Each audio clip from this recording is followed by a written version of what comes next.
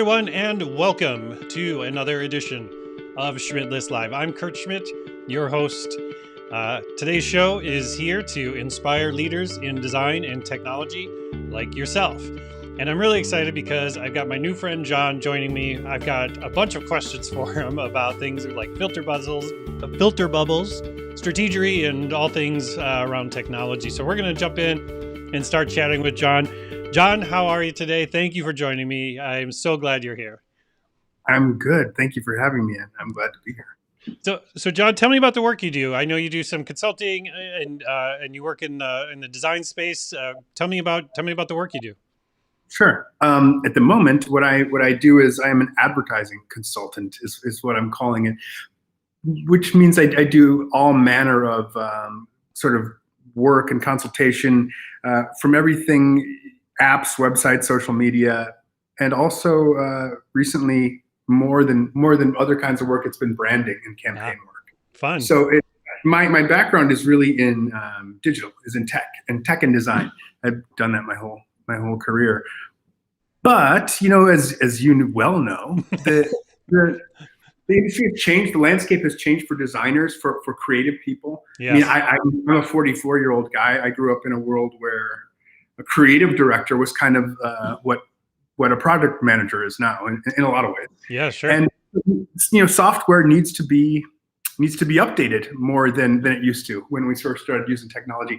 And so companies need internal teams. And so that agency is going to come in, they're going to do some work, and then they're going to get out. That doesn't work anymore when you have a product that's going to live in perpetuity. Yes. And so we've moved, we've shifted. And I grew up as a creative director, essentially a digital creative director. I've always been comfortable in branding and campaign and also in tech and digital stuff.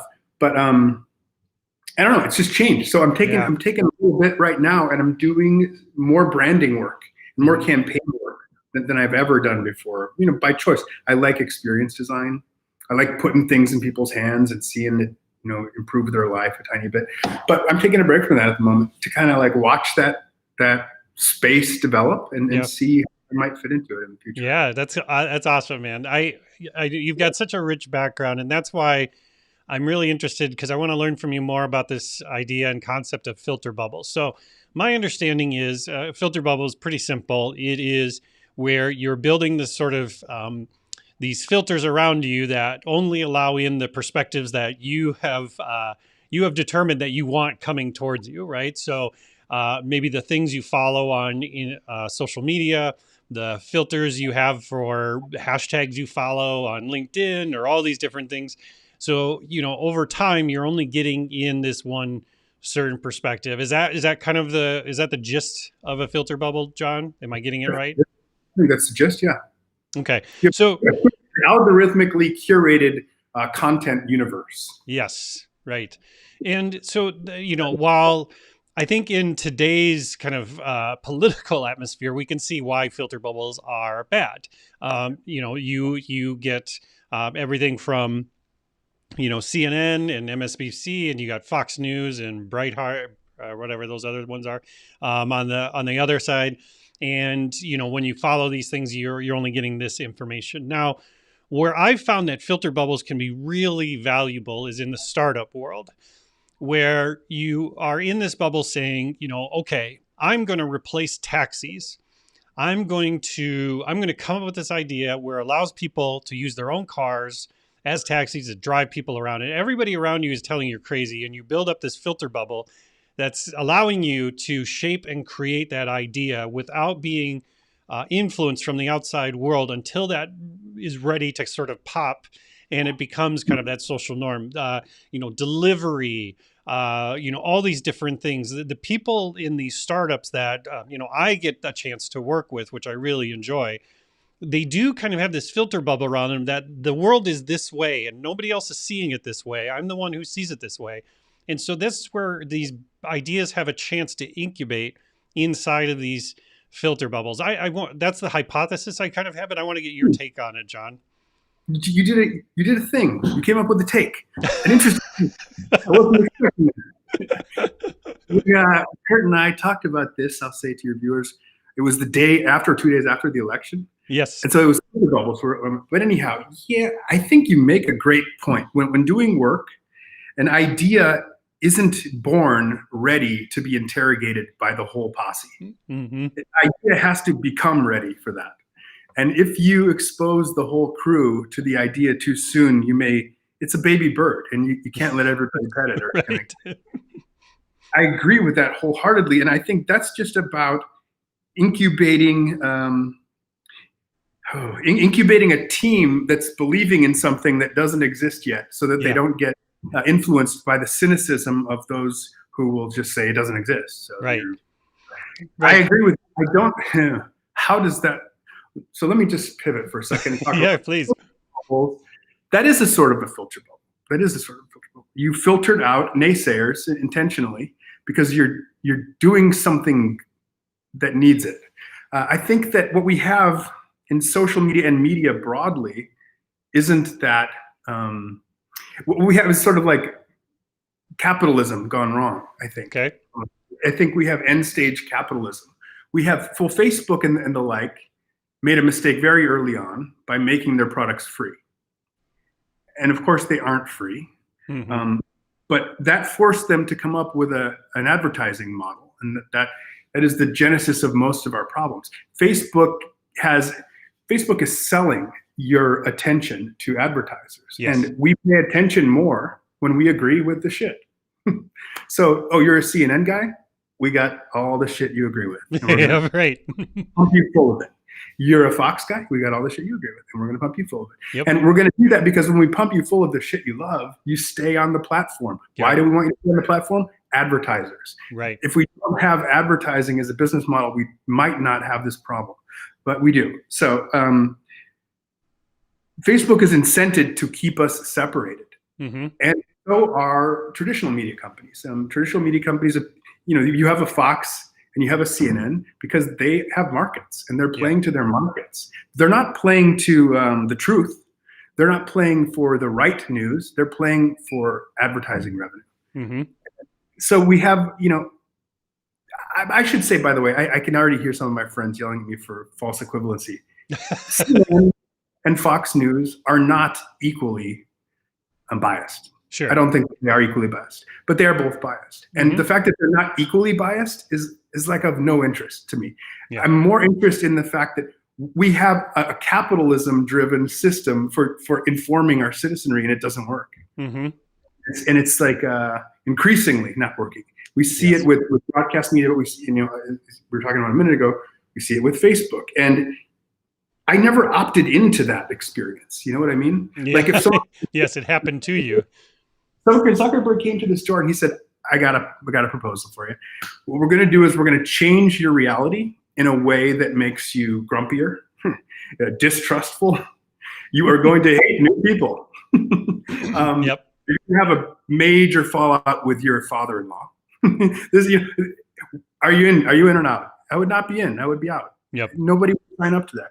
And yet we have been opted into that against our will. And so some of these fights we're having with our fathers-in-law, so to speak, yep, are actually macro forces that are working on both you and your father-in-law and causing this conflict. And the macro forces, it all resolves to people trying to make money from selling you stuff. Yep. And it's like we've created a society. Man, I'm going off on a rant here. No, you're good. This is good. Okay. We have this. We are all addicted. It's mass addiction. We have a mass addiction situation. And so even as you and I sit here talking about this, we are also addicted. I'm making an assumption, Kurt. I don't know if you are or not, but we are like completely. We are also addicted. And so it's like there's no one standing outside of this gravitational force observing it and giving us guidance. There's really no one. We're all in it. And it's that's why I said earlier, like, this might just be a depressing, dark topic because I don't know the solution. I know I've never seen The Social Dilemma. I should see it. I want to see it. I hear it covers a lot of good stuff. But my inspiration for this stuff is a guy named Jaron Lanier. You probably know. Mm-hmm. He invented virtual reality, amongst other things, or is credited with it. He's got a book called 10 Reasons You Should Delete Social Media Right Now that I'm intending to read shortly. And I do kind of think that the solution here is we need to get off social media. And that sounds radical and it sounds unrealistic and naive. But I think that, as we've seen with COVID, things can come to a head that radical things start to seem a lot less radical quickly. Yeah. And I think we may be approaching that with social media. What's going on right now in the United States with our elections, it's like, this is nuts. This is nuts. And I really do think it's owing mostly to media. Yeah, now well, I'm a conspiracy theorist. it's the demonization of that media, right? But that's why I Yeah. wanted to bring up to you, and I agree with everything you're saying. But I guess maybe it might be the serial optimist in me, right? That is looking at this time as also when you also see great creation happen when there is real struggle. During the I saw lots of amazing businesses, a lot of amazing businesses we use in today started it during the housing crash, Hmm. and grew out of that financial strife and those things. So there is times where I feel like, it's kind of like Superman crushing the piece of coal into a diamond, right? Where you do get, this sort of time in the universe when things seem, diametrically opposed, that all of a sudden, these groups show up with these alternatives, these different sorts of approaches, right? So what I see happening too is that the kind of great reckoning once the vaccine comes out and all this stuff, people are going to, I feel like there's going to be such a surge away from digital and social. I still believe that people will prefer to visit their doctor via webcam. I don't think that will change. Yeah. I think COVID has been accelerant for a lot of things. Like movie theaters have been trash for 40 years. They're terrible. I mean, Alamo Drafthouse is great, but for the Those are most good. part, they haven't innovated at all. And people argue and be like, "Well, look at they improved the seats." I'm like, "The chairs? Really? That's innovation? No." Um, And what you saw with Warner Brothers last week. exactly, right. So they're like, and what's great, I love how they gave themselves an out. Like, it's just for 2021. It's like, yeah, right. The technology and the innovation that's happened in your living room compared to what's happened in the movie theater is amazing. And Sure. so this is when I see there's these opportunities, and that's why I wanted to pose to you, what sort of advice or thoughts would you give when, let's say, you're working with either a startup person, or maybe it's even an executive that's kind of acting as that entrepreneur in a place, when it comes to this idea of like, well, I've got this crazy idea.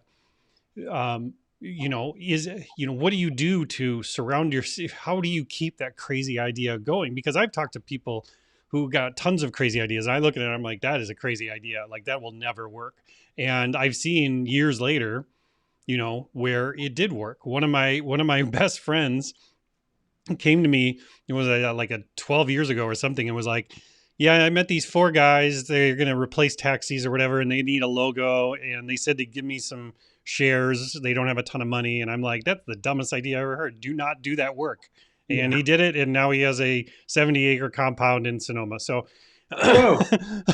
um, Well, so, in this line of work, you do hear a lot of bad business ideas, and so yeah, it'd be tough. It's tough to spot a winner. It really is. But yeah, is what you're getting at. Like COVID has inspired lots of innovation yeah, and innovation. I agree with that. It's totally true. This thing that happened with HBO Max and Warner Brothers. Like so many ideas that are good. My first thought was, why hasn't anyone ever done that? Like, why didn't I see that coming? It is. I think it's yeah. what's necessity is the mother of invention or whatever, and we're in a Well, necessity moment. exactly, but you see how it happened, which is amazing to me. Where they had to do it in a way where they didn't tell anybody. Like so many people were shocked that this happened in the industry. Agencies, the people that represent the artists and all this stuff, none of them knew that this was going to happen. Those people in those movies. Gal Gadot, who's got, she gets a cut of box office receipts, is didn't even know that was going to, like, they had to do it so like brash and bold in order to make it actually happen, to break out of the mold, that they probably severed tons of relationships that they had. But on the backside of this, like you said, like why haven't people done this before? Well, because they almost had to, break out of jail to do There's it. a lot of entrenched ways of doing things that it violated. Right. I think, Yes. I think it's funny. This is a teeny weeny example, but I just did some. My partner and I have a freelance collective called Elephant Agency that we run, where we tackle our corporate clients' projects Hmm. with. And we did a Christmas card this year, a holiday card. I never. I mean, those I've done a million of those. Every design. This year, I was like, "Whoa, what would we ever say about it?" And I went with something that I just would have laughed at last year. Absolutely laughed at.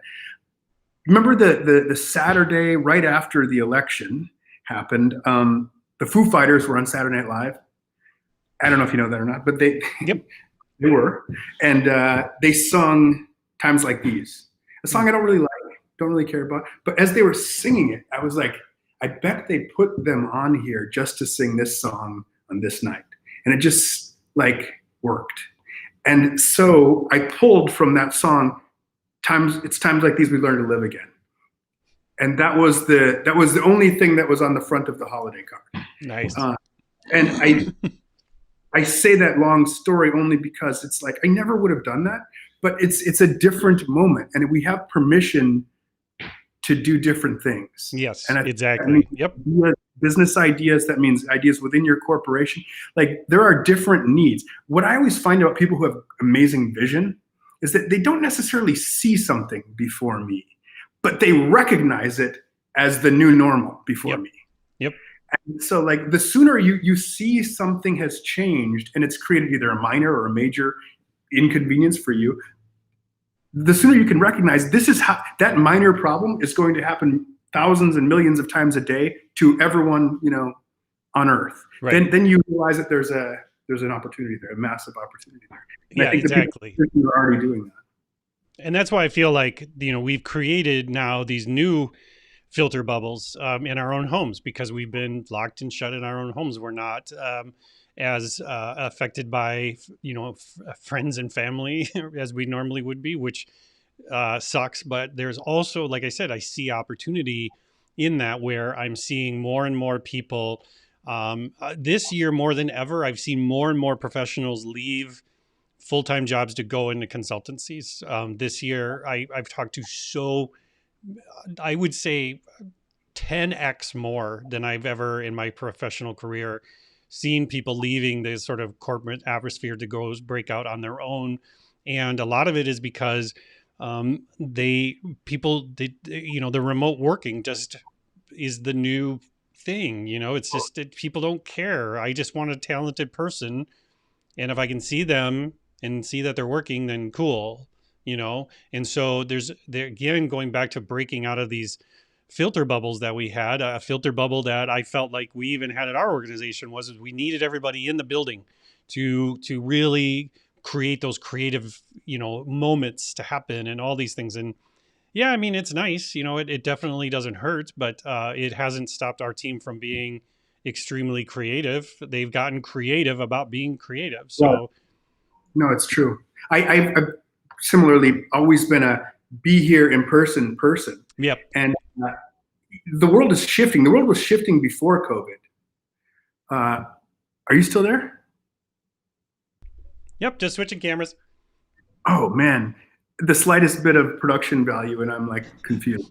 Well, I like Sorry, to keep it spicy for the audience. I ruined it. Sorry. No, you're good. You're good. Yeah, like what were we talking about? We were talking about. Well, about breaking out of that, the idea of working, me and you sitting across from a table is the best way to get something done. And I've always been a big proponent of that until this happened and gave me no choice. I've really believed deep in my heart that you had to be face to face, arguing and debating and hashing it out on a wall, and in order for it to be Right. good work. This is the first to the whiteboard wins. Right. And what I'm finding is that it's not an option right now. And I have done what I consider good work in this context with other creatives collectively, like with writers and designers, and it wasn't that hard. Yeah. It wasn't that hard. I wish I could say that I've been proved right, but I think not. Yeah. Well, but that's why I wanted to talk to you, John, about this idea of like these startup people and their crazy ideas right now, because I talked to tons of them. I mean, I think it's really important that, and you brought it, you had a great analogy and metaphor about like it's a baby bird, it's not ready to go Yeah. fly out of the nest yet, and I need to work on it. I need to keep testing it and training it to get it to a good spot where it can kind of live on its own, and but what are ways that you have found, John, to kind of test these ideas? What are great ways that you found to in your career to see to validate ideas, like these crazy startup ideas? What are some Yeah. exercises you've done? What are things that you would give advice to someone to do that maybe isn't a technical person and is just going to go and create a hello world app or something? Yeah, I think first of all, I should appreciate the fact that I bet you have a lot of listeners who are much more entrepreneurial than me. But my opinion on the topic is that experimenting needs to be part of the way you work. Experimenting means trying things that don't work. If you're not trying things that don't work, you're not growing. You're using the same tricks, Yeah, right. and the tricks are good. You're not going to forget them. But Yep. I'm doing something right now that I can give as an example, and it's not super impressive, but it is an example of this. And so COVID happened. I had just decided to start consulting, and I was working for General Mills, and happily.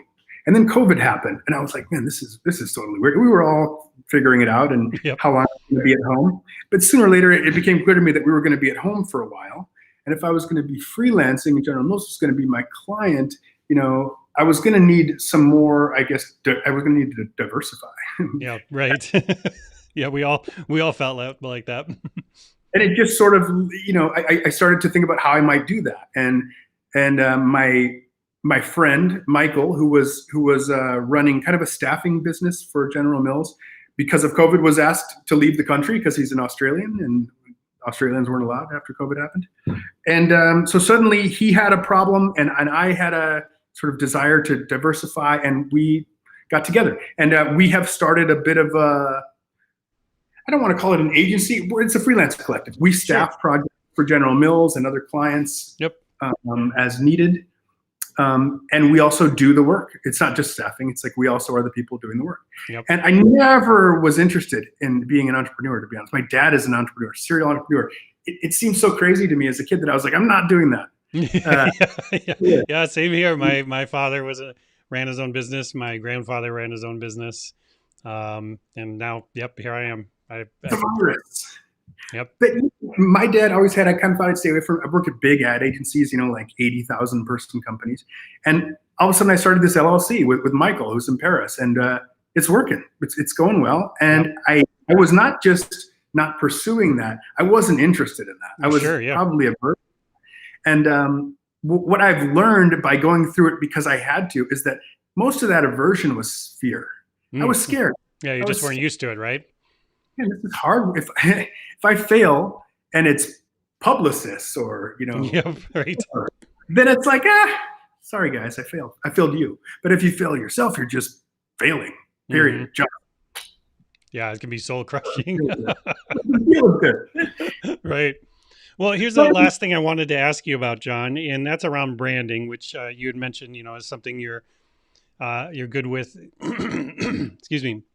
This this COVID too, I think, has accelerated the idea of brand over everything in so many cases, right? So if you look at the soon-to-be IPO of Airbnb, they're going to go public, and it is such a great example of an amazing brand, right? Because you don't it's turned into like a clean, like Kleenex, right? Like, it's not tissue anymore. It's Kleenex, right? If I'm going to go get an Airbnb. I'm not going to go get a Marriott. I'm not going to go get a Hilton. I'm going to go yeah, get an Airbnb, right? But how have you seen companies like that, really during this time? Where have you seen work, in branding, and what do you see coming in the future that's going to be a focus for these companies? Oh wow. Because how does Airbnb become an Airbnb, right? How does Kleenex become a Kleenex? I think Um, I think your question. Sorry to cut you off, no, but please, yeah, come in. the question has part of the answer in it, and I think why Airbnb is the Kleenex of vacation rentals is because of the experience, Mm, not because of the logo or the colors, but the experience. The experience was amazing. I got to stay in a beautiful place that you yep, know everyone knows the experience. It's a great experience. It's a great product, and the experience is the brand in that case. A logo is great. You know, yep, motion graphics, all the feelings, feature film with great music. Those things are great, but those can only bolster the experience of the actually using the product. right. You can't surpass the experience of using the product. I think that experience is the brand is truer than I've ever seen it before. You know what I mean? Like it isn't just That's the exactly experience. what I was getting at. Yeah, I wanted to get your take on that. So true today. Airbnb, great product, works very well. But also, when you visit the website, very branded, very elegant, very, you Hmm. know, it's a certain kind of feeling, certain kind of experience. So they do good across the board. I don't mean to say the product is the only thing that matters. No, All of the things we think of as branding parts and pieces matter too. But yep, Airbnb is Airbnb because it's the product. right. The product is the experience. Make a great product. Yeah, it's easy. Just Yeah. Well, that's the thing I've seen this year in terms of accelerant more than ever, John, which is, for years, I've seen these organizations that are like, well, and to your point, General Mills, right? Like, well, you like this, you will like this cereal, so you will just have this cereal, and we will determine what is good for you, what flavor of toothpaste, blah blah blah blah blah, all that stuff. Whereas even more so this year, organizations and companies that normally would never have that sort of manufacturing and all these things would never have that sort of idea is crazy, right? Like I talked to somebody recently who was really interested in mechanical engineering and all these things, and then saw a CNC machine and saw the user interface for it. It was like, no, like this is horrible, and these are crazy machines that are super expensive, but the experience is just you have to have a 60 600-page manual just to push a button, right? yeah, man. You know what you just made me think of, and I don't really understand why. The this kind of comes full circle. The Our political parties are brands, Hmm.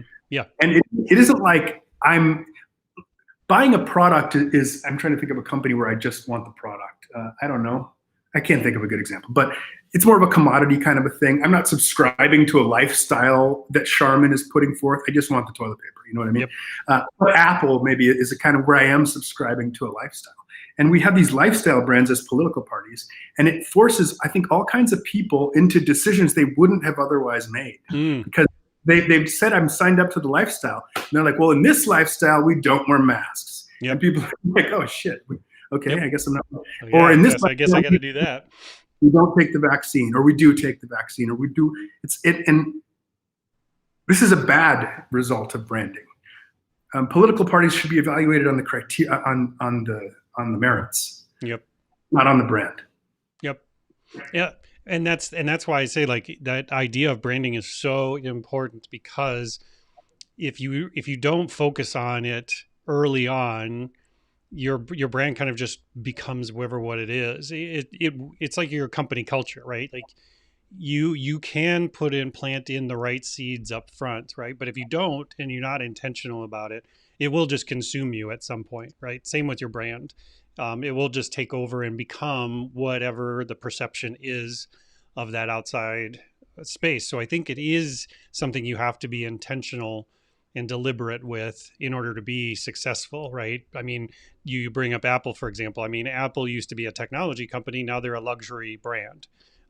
They're no longer the tech company part of it is just a nice aside, but they're more on tune with Gucci and Yeah. these types of things now as a brand.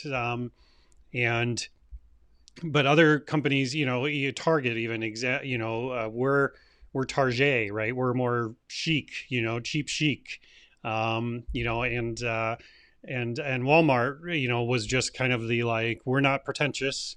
You just come in and get your stuff and go sort of place, and we're super friendly about it. So, but again, these people have made these intentional choices, right? Like Target, everybody's referred to, all their customers are not called customers, they're all called guests. There's a reason why they train their employees to call these people guests. It's a different sort of, you approach somebody differently when you think of them as a guest versus a customer, I guess, so there's all these little bits and pieces that you have to make, these decisions along the way in order to create those strong brands, right? And that's why I love your point about you got to try and fail. If you don't try and make mistakes, you're never going to Yeah. get to that promised land, right? I really think experimentation and play Yeah. it's an important part of my work life, and always has been. I think it gets written off too much. Yeah. Yep. Well, because people are scared of failing. I mean, I know they say like public speaking is right up there with like the fear of death, but I think the fear of embarrassment Oh yeah, is extremely strong. totally, absolutely is. Right. Yeah, I remember the first time I did a client presentation. It was a very long time ago, and I remember standing with boards. I had a like website kind of Yep. like spring mounted on some boards, Yep. and I've done that. I was shaking, and I could feel that I was shaking, and I could feel that my legs were visibly shaking. It was the worst. But yeah, I overcame that, and I got good at that. And it Yep. wasn't that I'm not the only one that's had that experience. Yep. Well, and that's why I think, again, the same for these crazy people and their crazy ideas about how they're going to change the world, even with their startups or whatever the services or products that they're making. I mean, they if you don't have, in a lot of cases, that filter bubble keeping out that you're going down the wrong path, you shouldn't be trying this.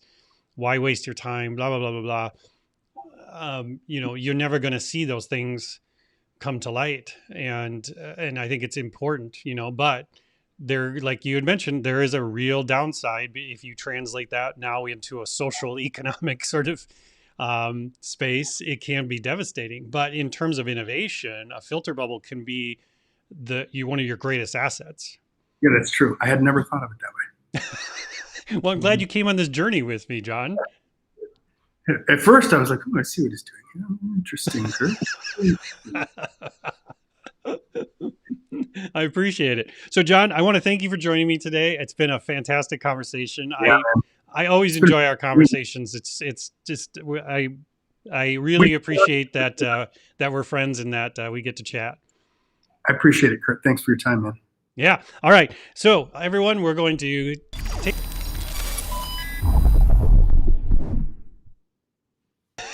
I hit the wrong button, John. Oh, I was like, "Am I?" Yeah, that's It all was. right. Okay. Before we go, though, real quick, can you tell everybody where to find you? Where are you most active? I'm most active. Oh man, you can find me on Twitter, Instagram, or LinkedIn at Biondi Sign. Okay. BIONDISIGN. All right. I'll put the link down in the thing after I get off this call and fix this, whatever this button is that I pushed here. That was bad. They're not missing much if they don't go to my link. This is just me espousing half-baked ideas. Well, welcome to the show. this is what I do all the time. So, okay. So for this time, for sure, I want to thank everyone for joining me. Thank you, John, for joining me. I will Thank push you. the right button this time. If you like the show, and only if you like the show, hit the thumbs up, please, and and if you haven't subscribed, you should subscribe, and you should do all the things that the kids say, the smash things and do all that stuff. Thank you for taking the time to join me today. I will see you next time.